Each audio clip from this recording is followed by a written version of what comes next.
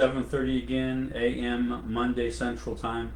Thank you so much for watching. Today we're going to do two in one. We're looking at, I think I can cover two subjects in the time we have today. We're still looking at living a life of no regrets. And I want to talk about two things that are ultimately connected. One is people regretted not living true to their feelings, not letting their true feelings show, and secondly, not living true to their heart. And so we will start with the first one of not living true to their feelings. Now, think about this for you as well as for me. Expressing your true feelings is really hard. We've been taught not to express our feelings, and especially as Christians, certainly not to let anybody know you're angry or upset or disappointed. That's just not godly. And yet, that's how you feel. And when you don't live outwardly how you feel inwardly, it creates stress. I think it's Romans 14:22.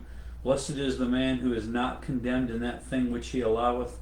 It's a nice way of saying when your inward convictions match your outward actions, you're a very happy individual. So the opposite of that is also true. When you don't express what's really going on the inside, you're not near as happy as when you do. I had a cousin who was mentally handicapped, and when she was about 39 or 40, I guess I saw her for the first time. She was about an 8-year old in mind, but she loved Jesus and Elvis in that order. And when she was mad, she didn't have any facades. She wanted you to know she was mad. Her eyebrows went down. She got the face. She wasn't trying to hide anything. When she was happy, she was smiling from ear to ear. She sang all the time. She was really a joy to be around because there was no pretense. There was no facade. There was no mask. There was just her.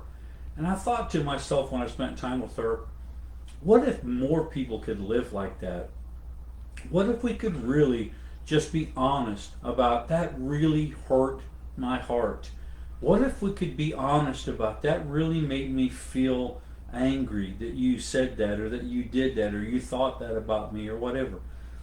But that's not how we are. We've been taught to keep all that stuff in, and that's why most people live frustrated. Now, the problem with not living true to your feelings is that what happens with most people is they hold it in, hold it in, hold it in until they can't hold it in anymore, and then they just explode on someone. They have 20 years of buildup that they just blow up on somebody. I recently went through a situation where that's exactly what happened. People who don't know me thought they did, and 30 years of them thinking I was one way just came out in this torrent. It was painful, it hurt, and I realized that I need to live at peace with all men as much as lies within me. I can't make them be at peace with me, but I can be at peace with them. And I didn't say too much. Even what I said was used against me. So I have found people are like that. In my whole life, I have found that's what people do. Something upsets them, they keep it in their heart, they don't say too much. But then, when they've had it up to here, they finally tell you what's really going on in their heart, and it's just this avalanche, this volcano of disappointment and anger and frustration, and on it goes. It would be much nicer, and I've learned over a period of time to be a lot more open about how I feel. Now, in Bronnie Ware's book, The Five Regrets of the Dying, she mentions this particular regret that people have, that they didn't live true to their feelings. And she didn't say it in the book, but I will bet that 90% of that was from men. I'm sure women have a hard time in some situations, but most women really do not have a hard time telling you they're upset, telling you they're happy, telling you they're disappointed. And most men do. Men have been taught not to share those things, that makes them less than a man. And men have a hard time saying things that they actually feel. Even the simple things like, I love you. And I don't know why all that is. It just seems to be history repeating itself over and over again, going in circles. But I know that I have to work hard to tell my wife I love her because in my heart, I go to work, you have money, you have clothes, you have food, you have a nice house. If I don't think there's anything that my wife has asked me, can I have this, that I've ever said no to. Now, I've said not now, but I don't know that I've ever said no to a thing. Um, if we can't afford it, I will say not now. But I don't know that I've ever told her of something that I can, get her that I've ever said no to. And so I love doing that. But for most men, like me, I guess, it's part of the way I say I love you. I want you to have the things that you want. And so we have these issues where we hold stuff in, and then life goes by, and then you have the regret of, I wish I'd have let them know I love them more often. So I try to be a little more cognizant of that and a little more intentional to tell my wife I love her, to say thank you, that was a great meal, or to say, man, I really like that, that looks good on you. All these different things that men struggle with, I've tried to be better at. And I'm encouraging you to live true to your feelings. Now, that doesn't mean you need to blow up on people and yell at people and say really mean, hurtful things to people. There's positive ways to say negative things. You don't have to be brutally honest. You can be honest, but you don't have to be brutal about it. My wife will ask me, how do you like this dress? And if I don't like it, I will tell her, I like the blue dress better. And she will say, so you don't really like this? And I'll say, I like the blue dress better. And so she will push the envelope many times and say, so you don't like the blue dress, or you don't like this dress? Yes, I like it. It's okay. If you want to wear it, if you want to get it, get it. But I like the blue dress better. She says, so I can get it? Yes, ma'am, you can get it. But on the nights we go out on a date, wear the blue dress. I've learned to say negative things a positive way. I may have thought in my head, I don't like that dress at all. Looks like a glorified burlap bag. But I wouldn't say that to her because that would hurt her heart. It may be true, but it's not the truth spoken in love. So I want to be able to express my feelings, but express it in such a way that it's not hurtful and harmful and detrimental to our relationship. Excuse me. So we need to live true to our feelings. The other thing is they regretted not living true to their heart. And this is a very big passion for me. This is where the individuals ended up being lawyers when they really wanted to be a musician or an artist. And they let dad talk them into a job because it was financially more, astute. And yet it wasn't what they wanted to do in their life.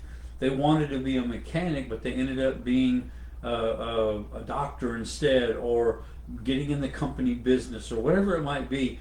And then at the end of their days, they regretted not doing what was in their heart to do, what they really, really wanted to do with their life. Now listen, for you to live true to your heart, you have to know what's in your heart. And quite honestly, that's a lot harder to get to than most people know. That's why many people go to their grave unfulfilled, because they're grasping at stuff that is superficial instead of going deep to find what's really in their heart.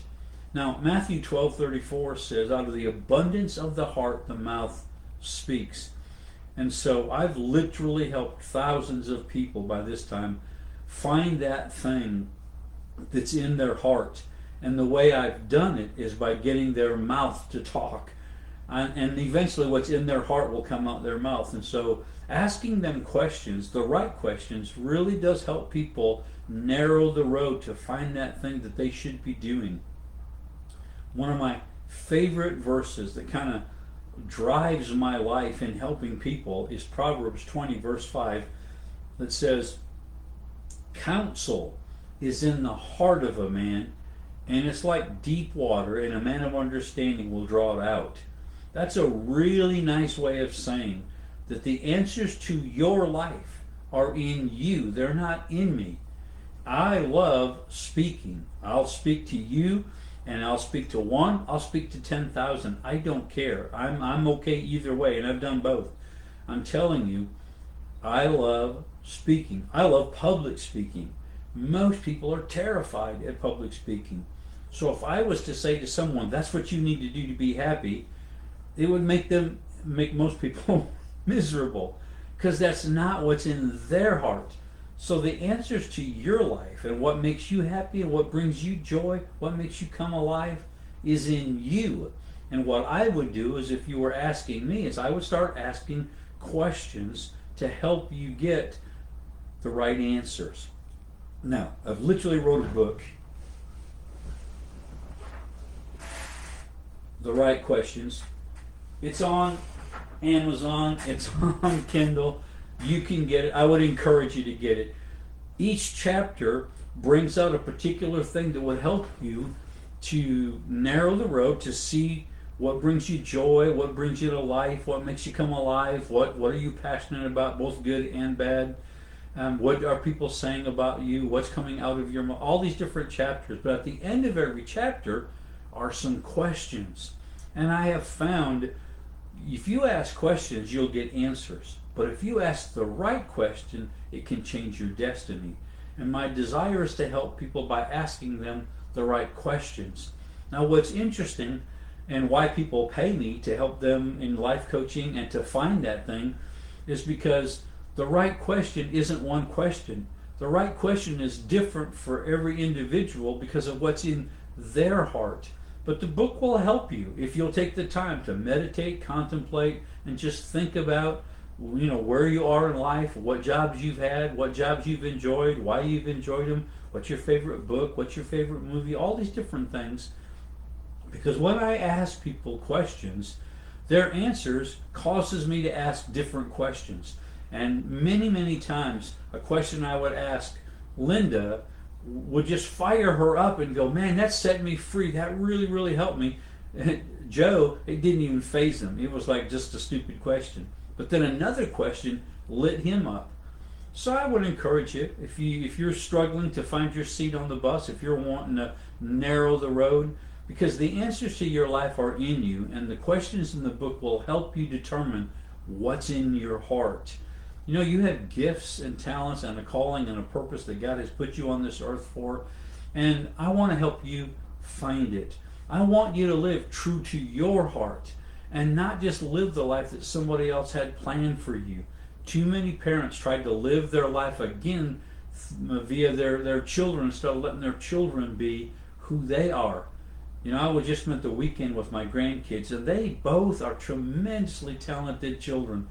And they have gifts and callings, and I'm watching them develop, and I'm encouraging them in those developments because I've known for a long time some of the things that they've got on the inside of them, and my wife and I have started drawing them out, and now we're starting to see them come to fruition in their life. Your children had a bent, a way that they were created in the beginning. Some of them love to tinker and pull things apart and then put it back together. Others love to draw. Some love to sing. Other people love putting things in order and getting them set, red and yellow and blue separated, tall to short, and they have that administrative bent. And you need to pay attention to that and start speaking into that and helping them live true to their heart. I used to get spankings for talking. I've loved to talk my whole life. Instead of my parents sending me to drama and to speech class and to communications class and encouraging me to get involved in these things, I had to learn years after that this is something that's in me.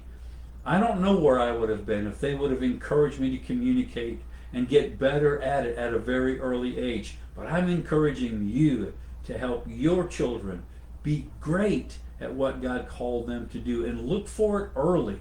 Look for those things that kind of, wow, that's unique to them, and fan the flames of that so that they can be on fire for the Lord, and people will come from miles around to watch them burn.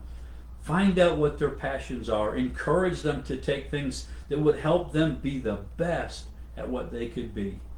So there you are, 2 for 1. Love y'all so much. Let me say hi to a few folks as I'm closing, or actually, I guess bye. Heather, Nancy, Jimmy, Larissa, bless y'all so much. Thank you for watching. Stuart, David, I know Karen will be here shortly, and others. Bless y'all so much. Love you. If you think this would help somebody you're connected to, would you give it a share? Would you give me a thumbs up? Together, we'll reach thousands of people.